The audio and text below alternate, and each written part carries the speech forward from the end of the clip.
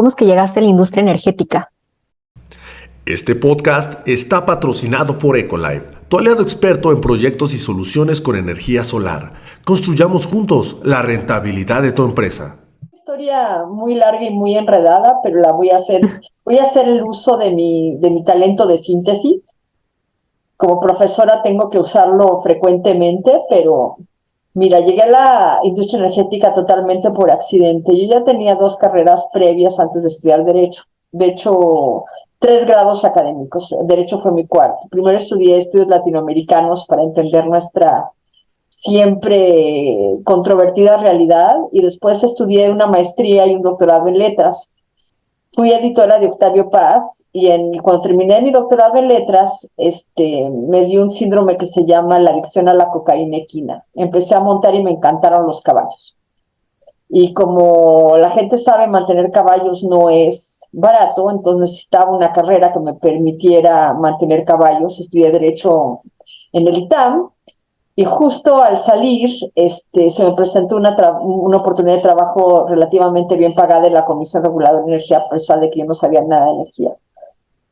Pero fui asesora de un comisionado singularmente culto, que en paz descanse, llamado Raúl Nocedal, que quería una asesora que llegara a entender bien la cuestión energética, pero que tuviera una interlocución rica e interesante. Entonces, mis preguntas de mi entrevista de trabajo fueron mucho sobre novelas rusas, para ver si él podía tener una asesora con quien comer y con quien pasar un día agradable, ¿no? Que también le interesaba mucho. Me hizo 2 preguntas de energía que pude Wow. contestar por criterio y me quedé en la CREA hace 22 años, y hace 22 años estoy en este sector, que es como el Hotel California, ¿no? You can check in anytime you want, but you can never leave. Para los que no hablan inglés, puedes hacer el check-in cuando quieras, pero no te puedes salir porque te vas especializando.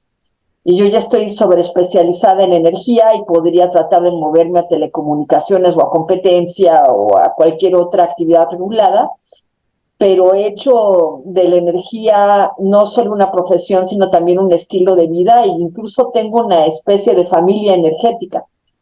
Es un círculo de conocimientos, de afectos, de empatía, que ya tiene 22 años, ya es una vida. Y aquí sigo. Y también de compartir conocimiento, me imagino. Sí, es que entre nosotros, al compartir, nos actualizamos en muchos temas. Por ejemplo, acabo de llegar de un desayuno donde platiqué con una persona en donde me actualizó sobre temas de gas natural, que pues no puedes estar en todo porque es la cadena de valor de hidrocarburos, la cadena de valor de electricidad, y ambas son descomunalmente grandes. Entonces, si volteas a ver un tema, te pierdes de otro, porque son tantos, y yo soy una abogada de energía que pretende estar actualizada tanto como se puede, ¿no? No puedo decir que soy una abogada de exploración y producción, ni de transporte de gas natural, ni de comercialización de petrolíferos, ni de electricidad. O sea, soy más fuerte en algunas áreas que otras, pero me considero una abogada de energía, sobre todo, ¿no? De energía, no de todos los temas con igual fortaleza, pero todo tiene que ver con todo. Y más en un contexto de transición donde los hidrocarburos y la electricidad cada vez se integran más como temas, ¿no? Justo, y siento que estamos en un momento donde los temas de energía están en su auge. Justo en esta entrevista te traigo varias preguntas sobre diferentes temas del sector energético y me encantaría empezar con energías renovables. ¿Cuáles crees que tú son los desafíos más importantes que enfrenta la industria para esta transición a la energía renovable en la actualidad?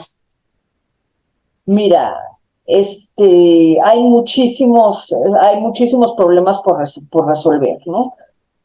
En primer lugar, las energías renovables son de gran escala para ser económicamente viables. Entonces necesitamos conectar los centros de consumo con los centros de generación. Y para eso necesitamos redes de transmisión y redes de distribución, en los que este gobierno no ha invertido absolutamente nada. Y estoy diciendo una verdad de perogrullo y una afirmación que se ha repetido muchísimo, pero no tiene caso llenarnos de generación, ni de sol, ni de viento, ni de gas natural, ni de energía térmica, ni de geotermia, de ninguna fuente, si no tenemos cómo hacerla llegar al usuario final, al consumidor final, ¿no? Y si interconectamos todo lo que tenemos de generación y no tenemos certeza de que la red de transmisión puede aguantar esa generación, es como si llenaras un camión que tiene una capacidad de aguantar 3 toneladas y lo llenaras con 6 toneladas. Va a tronar, ¿no? Las Claro, redes no, de no. transmisión van a tener una sobrecarga y vamos a tener un colapso del sistema, lo cual sería gravísimo porque todos nos quedaríamos sin electricidad. Porque acuérdate que tenemos un sistema integrado, tenemos un sistema nacional integrado. Entonces la afectación, incluso en un área remota, si estamos recibiendo electricidad de por ahí, podría pegarnos, y mucho más cuando hay un mantenimiento muy escaso en esos sistemas de transporte de electricidad. Y recordemos que el sol y el viento están regionalmente concentrados. No hay la misma capacidad de irradiación en Sonora que en el Estado de México, Claro. ¿no? O en Hidalgo, ¿no? No tenemos la Sí, en misma otro estado. de irradiación solar. Entonces, si generas en Sonora, tienes que tener la capacidad de transmisión para alimentar ciertos centros de consumo. Una planta de gas natural, pues la puedes construir relativamente cerca del centro de consumo sin problema, pero el sol está donde está y el viento sopla donde sopla, ¿no? Entonces la gente se pregunta, bueno, ¿cómo hacían para mandar la energía eólica del Istmo de Tehuantepec a Chihuahua, ¿no?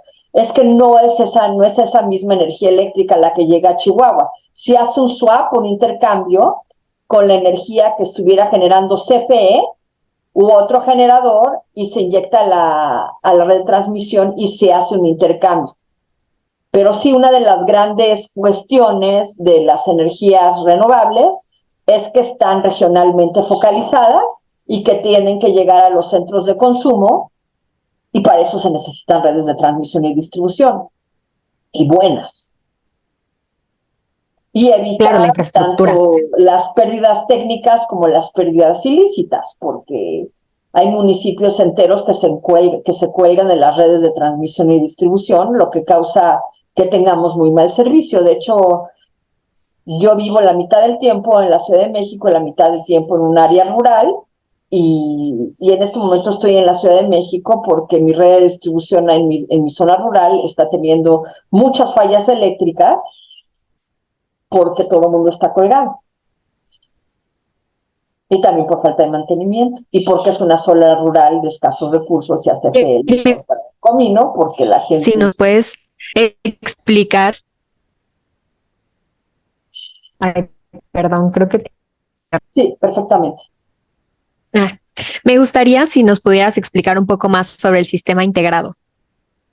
O sea, no tenemos como en Estados Unidos que hay sistemas de transmisión aislados, que solo surten electricidad a determinadas zonas del país, ¿no? Por ejemplo, uno muy famoso es el ERCOT, que está totalmente aislado del resto del país.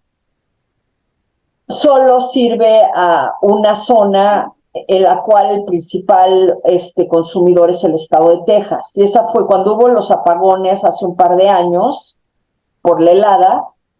Una de las críticas fue que ERCOT fuera un sistema aislado. En México estamos totalmente integrados, quiere decir, hay una sola red para todo el país. No estamos fraccionados regionalmente, es lo que quiero decir por integrado. Ok. Ahora, para abordar nuestra siguiente pregunta, Miriam, me gustaría saber si tú consideras que hay algún proyecto exitoso de energía renovable en México del que tú puedes decir, aquí sí se hicieron las cosas bien. Pues depende para quién. O sea, los sistemas El corredor eólico del Istmo yo creo que ha satisfecho de manera muy exitosa las necesidades de ciertos consumidores industriales en el noreste del país, ¿no? El problema es si te preguntas si esa energía eléctrica ha sido benéfica para todos los usuarios en general, y no podría hacerlo por dos razones, porque esos proyectos no se hicieron para los consumidores residenciales de a pie como tú y como yo, y la segunda es que no es y la segunda es que no sería negocio para esos proyectos generar para los usuarios residenciales como tú y como yo, porque tenemos la tarifa subsidiada. Entonces, desde el punto de vista del consumidor industrial, podemos decir que sí, que los proyectos, que un proyecto clave, que uno de los, creo que ese es el más grande de América Latina en energía eólica, es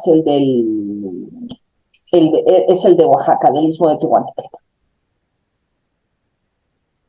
Dada la creciente conciencia sobre el cambio climático, ¿cómo ves el futuro del petróleo y el gas en términos de sostenibilidad y reducción de emisiones? Mira, el petróleo siempre lo vamos a necesitar porque es una materia prima esencial para la manufactura de muchísimas cosas que se usan incluso para la infraestructura de energías renovables, ¿no? Las aspas de los aerogeneradores requieren gas para su manufactura, todo el transporte de los componentes de las energías renovables se hace con motores de combustión interna, no se hace con vehículos eléctricos. O sea, el petróleo va a ser indispensable por muchísimo tiempo. La computadora con la que estoy conectada contigo está hecha primariamente de derivados de petróleo, ¿no?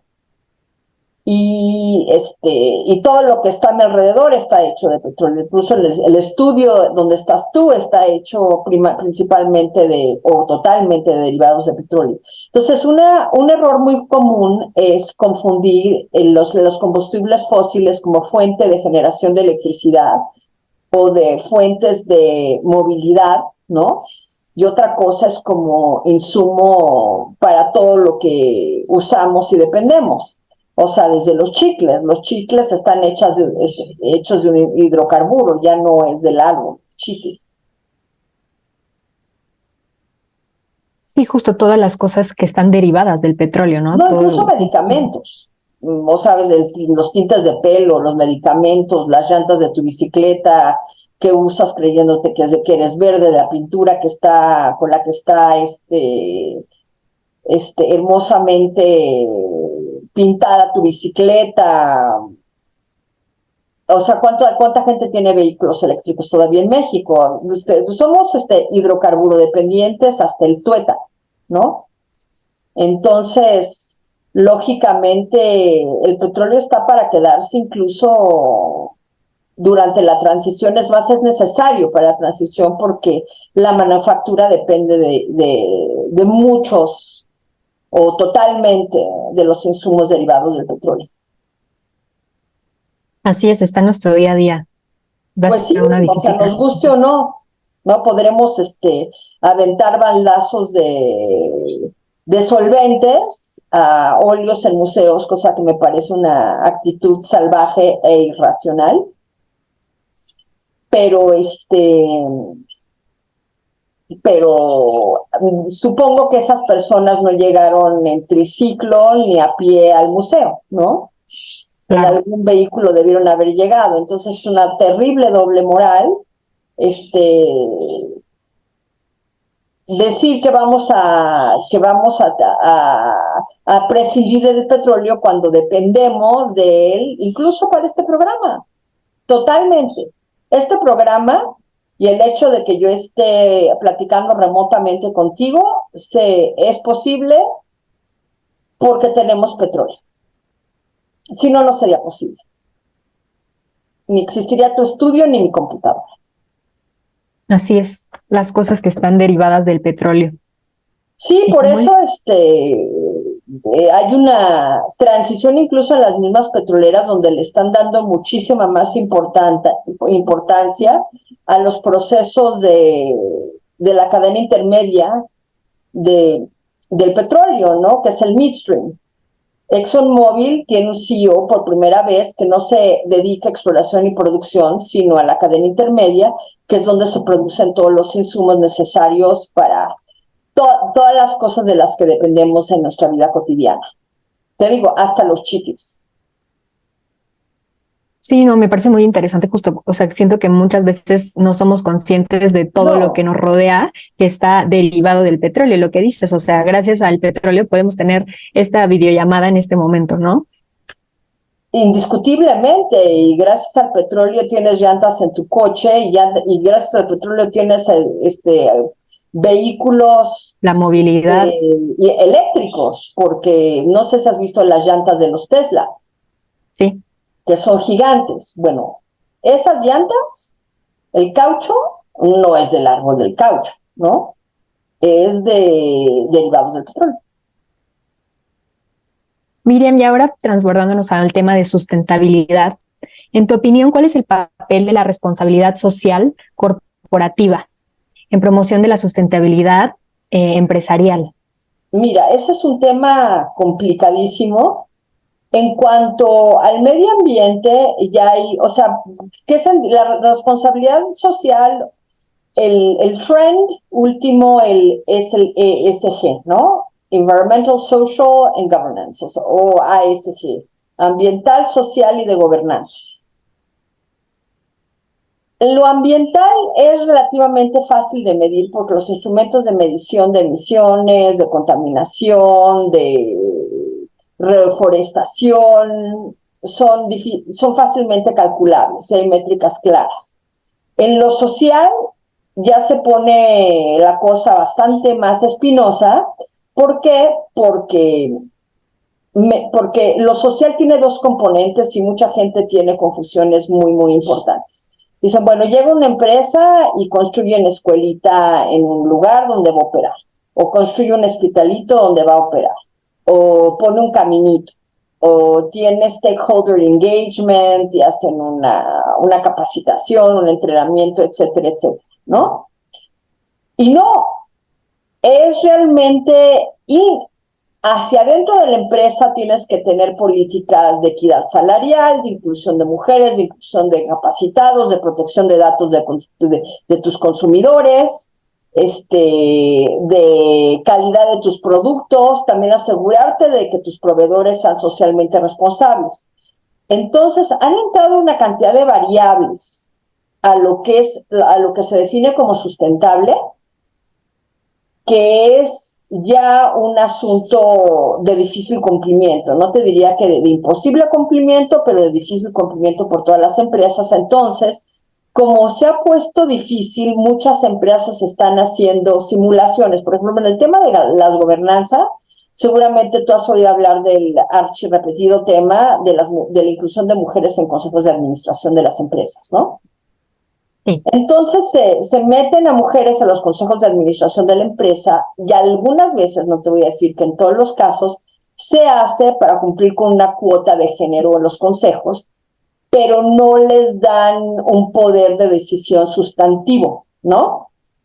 Entonces, toda esta efervescencia de la sustentabilidad hacia dentro de las empresas, y no solo hablo de las empresas de energía, sino de las empresas en general, ha causado mucha simulación. A lo mejor has oído hablar del término greenwashing, ¿no?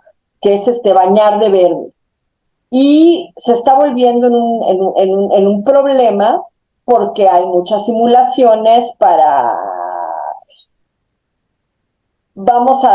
es que no quiero volver a usar la palabra simulación porque ya sería para hacer como si tienes políticas ambientales, sociales y de gobernanza de acuerdo con el estado del arte para conseguir financiamiento. Entonces, ¿para qué pones estándares si a la mera hora va a ser una vil simulación, ¿no? Claro, como lo que comentas de la paridad de género, ¿no? O sea, Sí, el tener esta exactamente. cuota de mujeres cuando ni Hay una siquiera foto de mujeres, pero el consejo está mayoritariamente compuesto por por hombres hombres. y silencian a las mujeres, no ponen atención a su voto, no las incluyen en los comités relevantes y pues algunas mujeres dicen, bueno, voy a aguantar esta situación porque estamos dando los primeros pasos, pero también si son intolerantes, entonces vienen las barreras de exclusión y empiezan a buscar mujeres que sean más dóciles y más mansas, ¿no? Dentro de los consejos. Y es una simulación de paridad de género dentro de la gobernanza de la empresa. Miriam, y en la industria energética, ¿cómo podemos observar la paridad de género? ¿Crees que vamos bien, que se están tomando roles en el liderazgo? Uy, hay No mucho por hacer, muchísimo, muchísimo por hacer. Creo que las renovables, como están más presionadas por cuestiones de paridad de género, tienen mejores papeles, hacen un mejor papel, tienen más mujeres en su liderazgo. Y las petroleras sí son muy bajas en paridad de género en cuanto a los puestos directivos importantes. En CPE casualmente acabamos de ver el caso de la primera directora general, me da mucha pena, no recuerdo su nombre en este momento, pero es la primera mujer en ocupar un puesto de dirección general importante en CFE, ¿no? Pero es la primera vez en la historia de CFE. En Pemex nunca hemos tenido una directora general, salvo en Petróleos Mexicanos International, que no es propiamente parte de Pemex, de la empresa productiva del Estado, que fue Rocío Cárdenas. O sea, en términos de consejo, sí ha habido mujeres, porque las secretarias de energía invariablemente han presidido el consejo junto con el secretario de Hacienda. No recuerdo hasta la fecha que haya habido una secretaria de Hacienda. Pero de consejeras independientes en Pemex, no recuerdo una sola, ¿no? Los órganos reguladores sí han tenido mujeres, pero sí, hay más mujeres en los liderazgos de gobierno que en Pemex y en CFE. Y las privadas, bueno, el caso de más éxito es el de Tania Ortiz Mena, que ahora ella es la presidenta de Sempre Infraestructura, pero Tania es más la excepción que la regla, ¿no? O sea, hay mucho trabajo por hacer, muchísimo trabajo por hacer. Sin duda, y esperemos que en algún futuro, como dices, o sea, no solamente se cubra la cuota, sino que también estén en los consejos tomando, siendo líderes de opinión, más bien. Sí, y de decisiones de peso, ¿no? Porque de Claro, veras que sí hay un un histrionismo, desequilibrio. hay un histrionismo, bueno, ya metimos una mujer, ya metimos dos, ya cumplimos con la cuota de género, carpetazo, ¿no? Y es incluso vil, Claro. ¿no? Porque, porque se les fondea esa simulación y esa vileza, ¿no?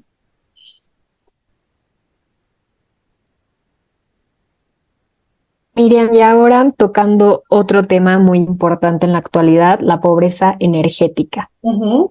Me gustaría saber si defines la pobreza energética y por qué es un problema crítico en la actualidad. Bueno, yo creo que esa es la parte más bonita de la entrevista porque es la más novedosa.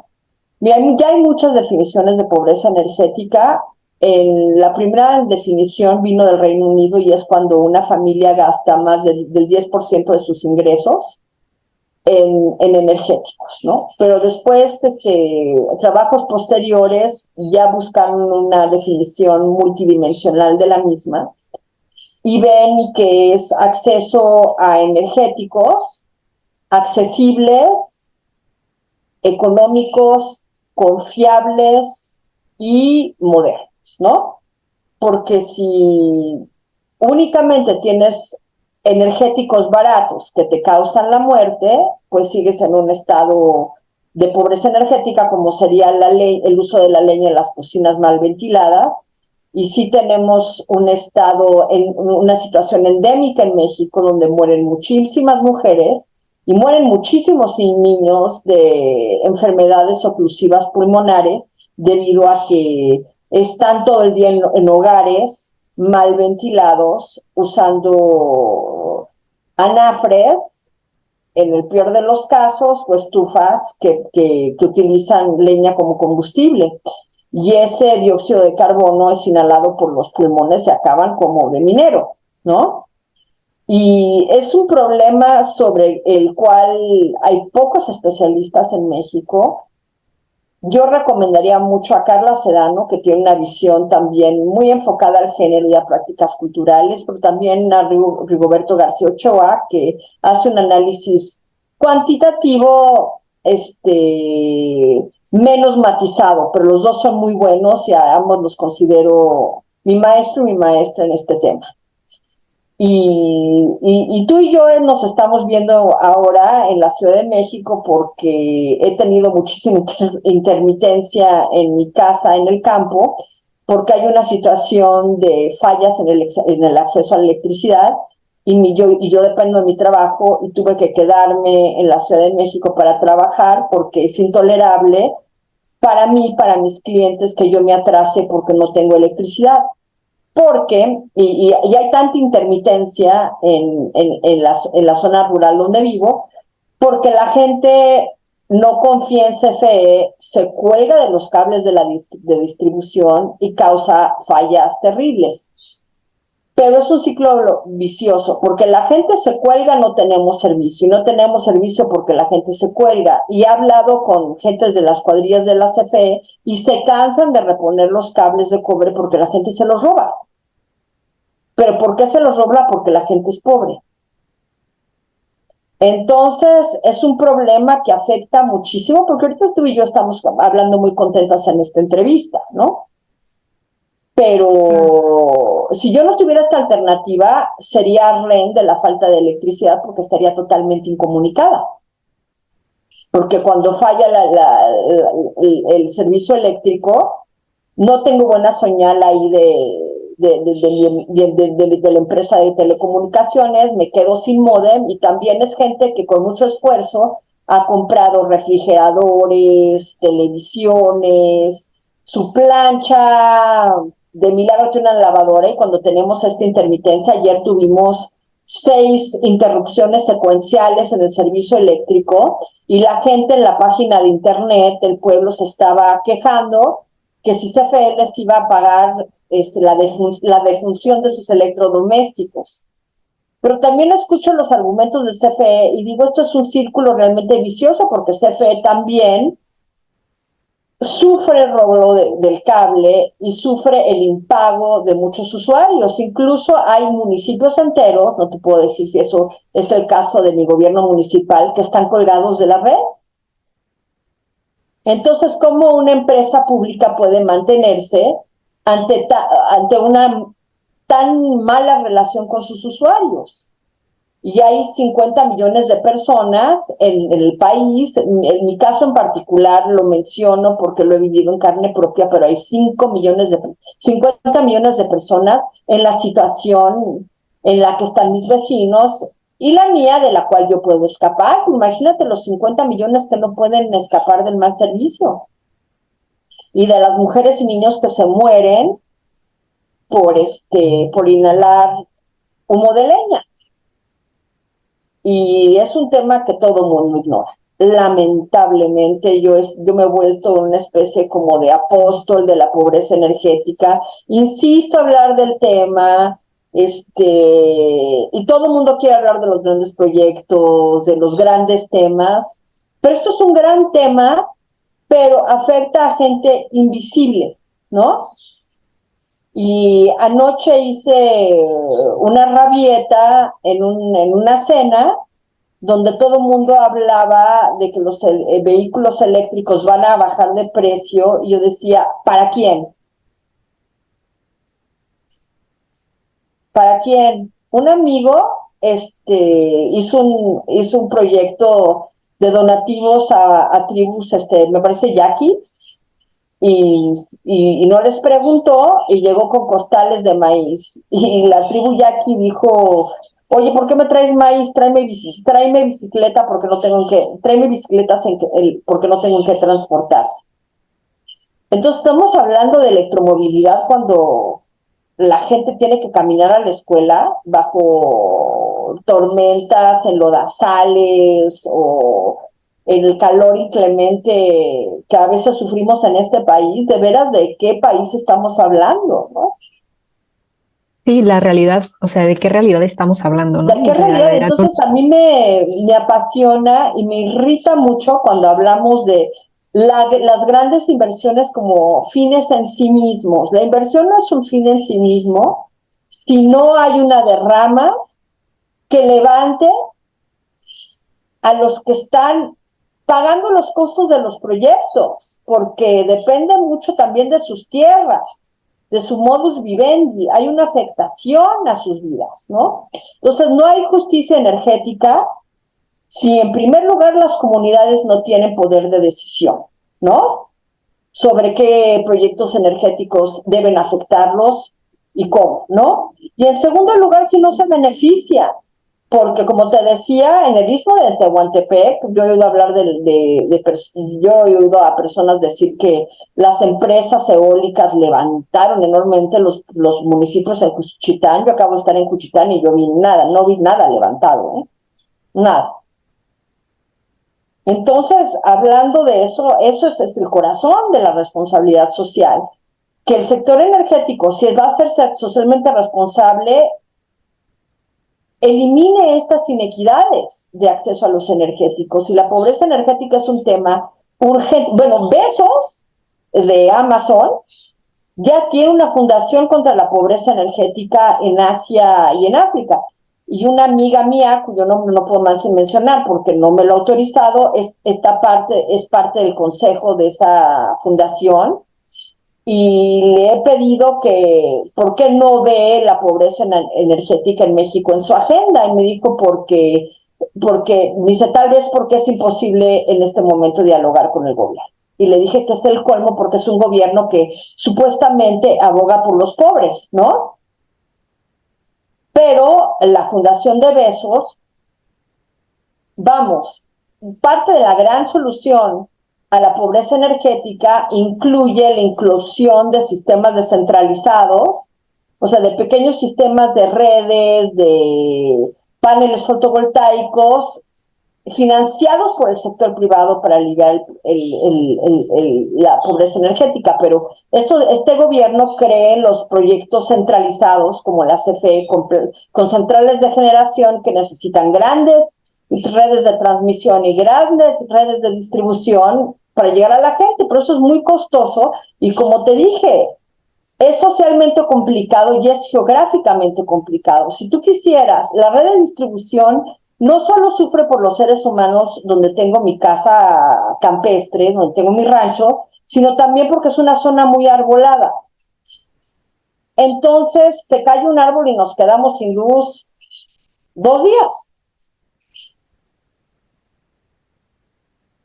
Entonces son temas muy complicados, pero sí quisiera hincapié de que es un tema central, que no es un fetiche mío, que no es mi caso en particular, que es la situación de 50 millones de mexicanos en contextos sociales, culturales, económicos distintos, que no tienen acceso a energéticos aceptables, ¿no? Y estamos hablando de sol y de viento y de transición y de vehículos eléctricos. Y hay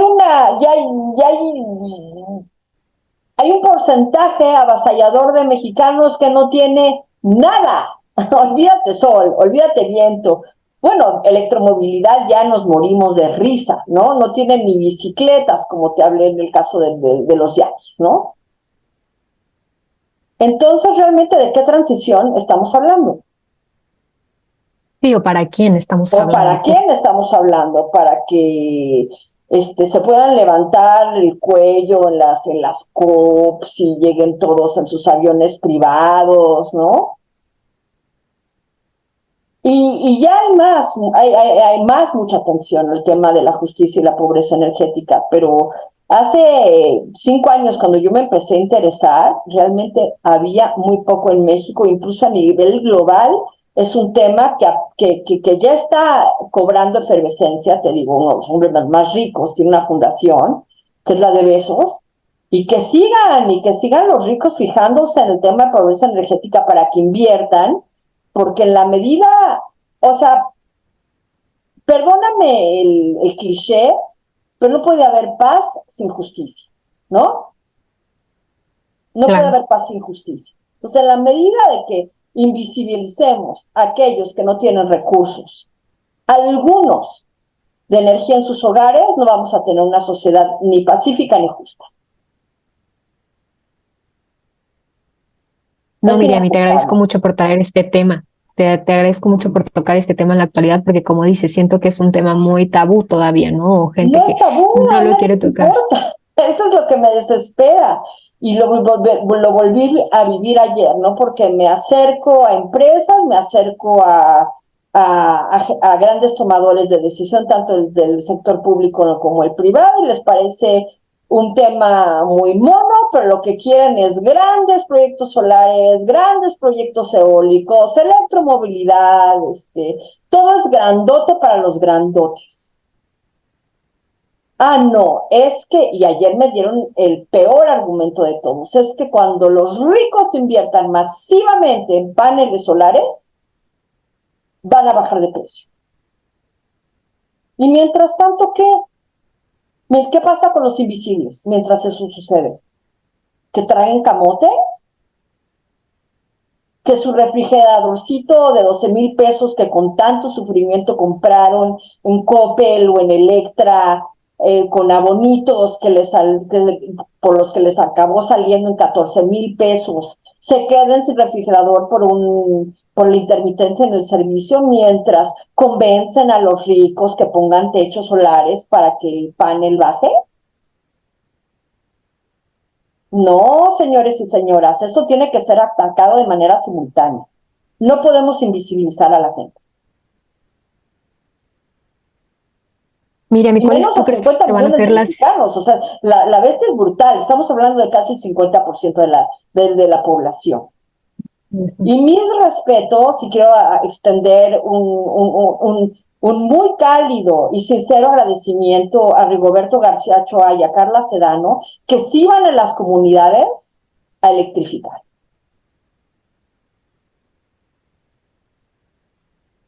Y Justo estaría eso va siguiente, si pudieran sumarme a sus proyectos, pero tiene sus estructuras y tiene sus formalidades.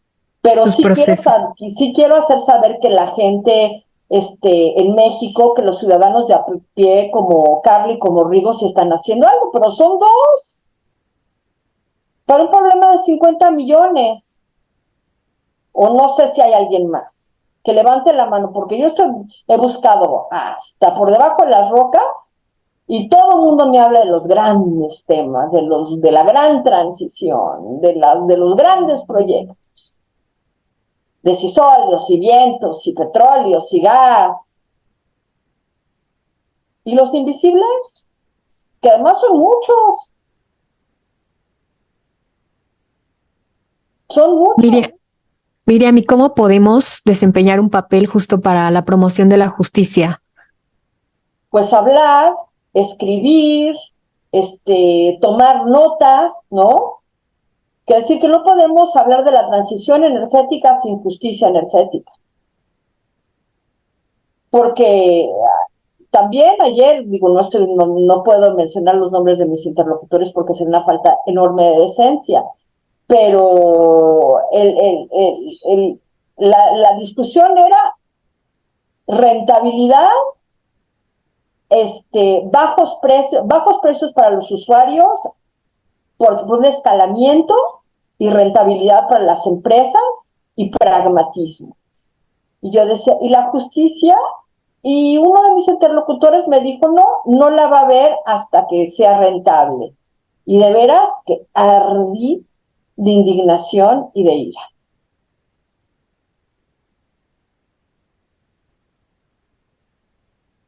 O sea, estamos esperando de la magia de la derrama de arriba hacia abajo desde Thatcher. ¿Ha sucedido? ¿Ha sucedido? Que porque los ricos tienen mejores condiciones de vida, eso necesariamente produce una derrama para los pobres. Yo no he visto que haya sucedido. Digo, yo definitivamente pertenezco a una clase privilegiada, pero no tienes que ser pobre para tener empatía y para no darte cuenta de que esta situación es inaceptable. Porque luego se quejan de que votan por partidos como Morena, ¿no? Pues mejora las condiciones de los pobres con una política de mercado, ¿no? Y la pobreza energética, muchas soluciones internacionales se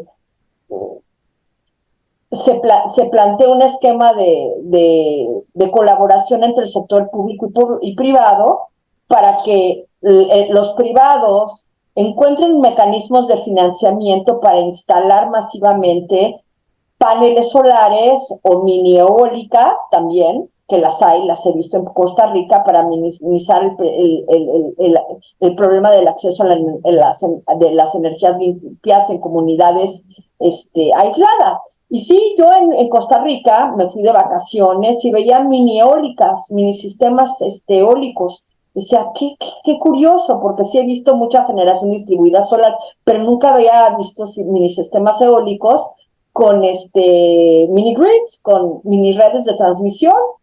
Y lo que pasa es que, no sé si has estado en Costa Rica, pero a mí me daba mucha risa porque así fueran 5 kilómetros o 15 kilómetros, te tardabas en llegar 3 horas porque las carreteras son pésimas en Costa Rica y en parte lo hacen por temas de preservación medioambiental, para que no haya una carreterota que cause daños ambientales significativos. Entonces tienen sistemas aislados, pequeños, descentralizados de energía, hasta de eólico, ¿no?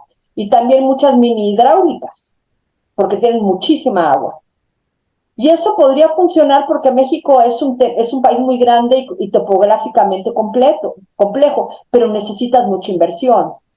Entonces no lo puedes hacer sin la iniciativa privada porque el Estado en México tiene muchas otras prioridades, que están instalando sistemas descentralizados y pequeños en las comunidades aisladas. Entonces tráete a los ricos para que ayuden a los pobres. Sí, pero justo enfocados en ese tema, ¿no? O sea, que la Pero derrama sí, pero mira, económica. estamos hablando del nearshore, ¿no? Que es que es la euforia, ¿no? En este momento. Bueno, si Tesla va a poner una gigafábrica en Santa Catarina, Nuevo León, y va a tener una manufactura más barata en México, que le cueste un poquito. Si realmente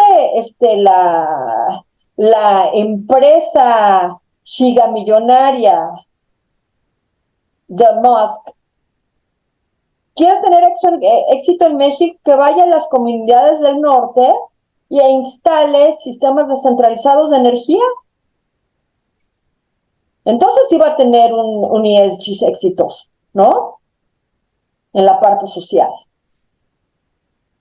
Pero que viene BMW, que viene Tesla, que viene Microsoft, y todos tienen que recibir energía generada con fuentes renovables. Eso me parece muy bien, pero que del beneficio social que van a traer estas inversiones. Entonces, si va a haber un nearshoring, que se les impongan obligaciones de mejoramiento del aprovechamiento energético de muchos mexicanos que no tienen energía de ninguna índole. De ninguna, ¿eh? Y sí, me apasiono con este tema y también me frustro porque veo la ceguera y la insensibilidad de muchísima gente que podría ayudar. Y no es un tema personal porque tengo un ranchito en una comunidad aislada, es porque ya lo viví en mi propia piel. Entonces ya sé lo que sienten esos 50 millones de mexicanos. Y yo ahorita pues me vine a refugiar a la Ciudad de México, pero ¿cuánta gente no queda aislada? Y estamos hablando que no tenemos electricidad ni para el mugroso hospital que tenemos, donde deberías de ver la máquina de radiografía de rayos X que tenemos, que una vez tuve que utilizar porque uno de mis potros me rompió un dedo. De veras, sal al México real, ve cómo vive la gente, deja de hacer discursitos sobre justicia energética y transición, huecos, si no vas a salir y darte un buen baño de pueblo, como dice la gente, ¿no?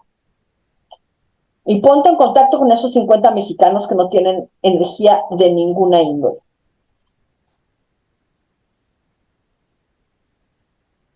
Sí, más hablar de justicia en un país como México, ¿no? Siento que a veces, muchas veces los líderes de opinión, o los líderes políticos o los líderes de las grandes empresas como que justo no quieren traer esto por sus grandes proyectos, pero en realidad ¿a quién se está afectando?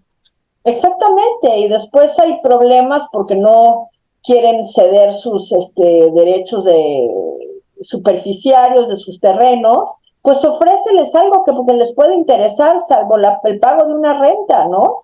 Claro. Que quién sabe en qué se lo gastan. Y no te digo que la electrificación rural sea un tema sencillo. Entrevistaron ustedes a Santiago Barcón. Él estuvo muy metido en la electrificación rural. No sé si la ha abandonado, pero también se frustraba mucho. Alguna vez vi un proyecto piloto de instalación de paneles solares en alguno de los pueblitos aledaños al mío y la gente se los roba. ¿Y sabes para qué se los roban? Para que sus casas tengan techos. Pero debe de haber políticas federales, estatales y municipales con una retroalimentación muy fuerte de la iniciativa privada, muy fuerte sobre cómo resolver estos problemas. Y es un tema de gran actualidad. Y hay mucha gente viendo estos temas alrededor del mundo. El otro día le quería mandar un libro maravilloso que se llama Let There Be Light, de una mujer, Rachel Kendall, a un amigo y me metí a Amazon y me acuerdo que hace 7 años que compré el libro, no, hace 10 que compré el libro, no había libros sobre pobreza energética ni sobre justicia energética en Amazon. Hoy hay un chorro y me alegro mucho, pero no está sucediendo en México. Y me causa muchísima frustración. Porque no hablamos de los grandes temas, si el tema más grande es la falta de acceso de 50 millones de mexicanos a cualquier tipo de energía moderna.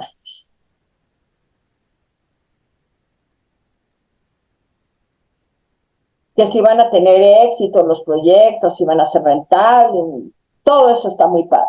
¿Qué hacemos con los 50 millones de mexicanos que no tienen nada?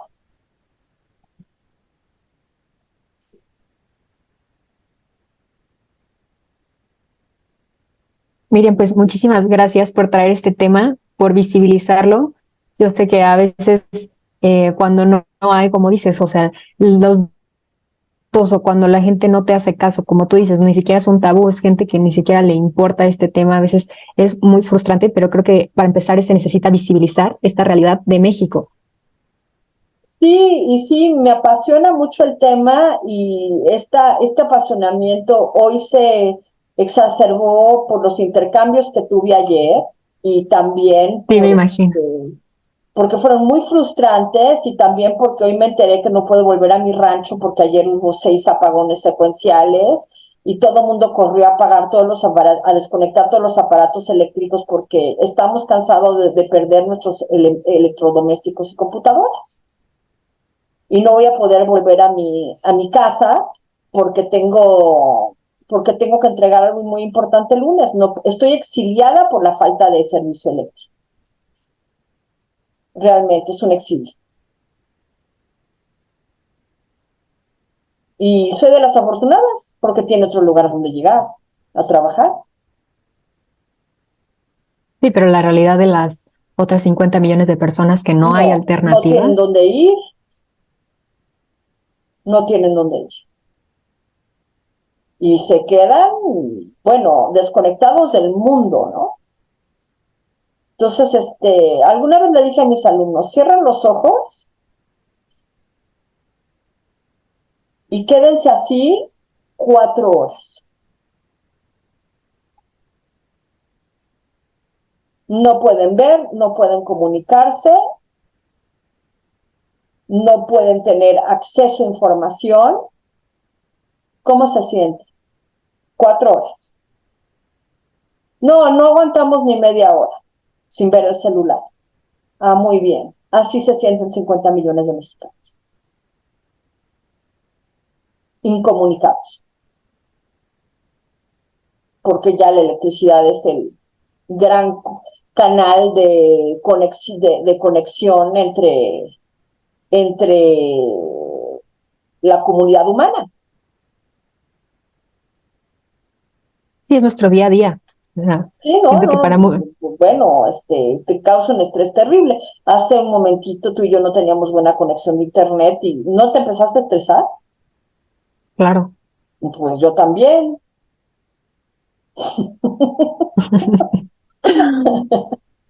Miriam, pues muchísimas gracias. No sé si quieras dar una conclusión para el auditorio, para cerrar la entrevista. Sí, mira, todos los grandes temas son importantes, pero si la base de los grandes temas está en una situación de inequidad y de injusticia absoluta, toda la inversión que metamos en la transición le va a favorecer a muy pocos. Ese sería mi mensaje. Y que nos fijemos más en los temas de justicia y progreso energético. Pues muchísimas gracias, Miriam. Me parece un tema súper interesante. Gracias por darnos el tiempo de entrevistarte, por traer estos temas, por luchar desde tu posición, como dices. O sea, nosotros somos personas privilegiadas que podemos salir, pero ¿qué pasa con la realidad de 50 millones de personas? Tenemos sin duda que salir muchas veces de nuestro entorno y darnos cuenta sobre qué se están haciendo estos proyectos, sobre qué está pasando con la derrama económica y sobre qué le está pasando a esta mitad de población mexicana. Muchísimas gracias.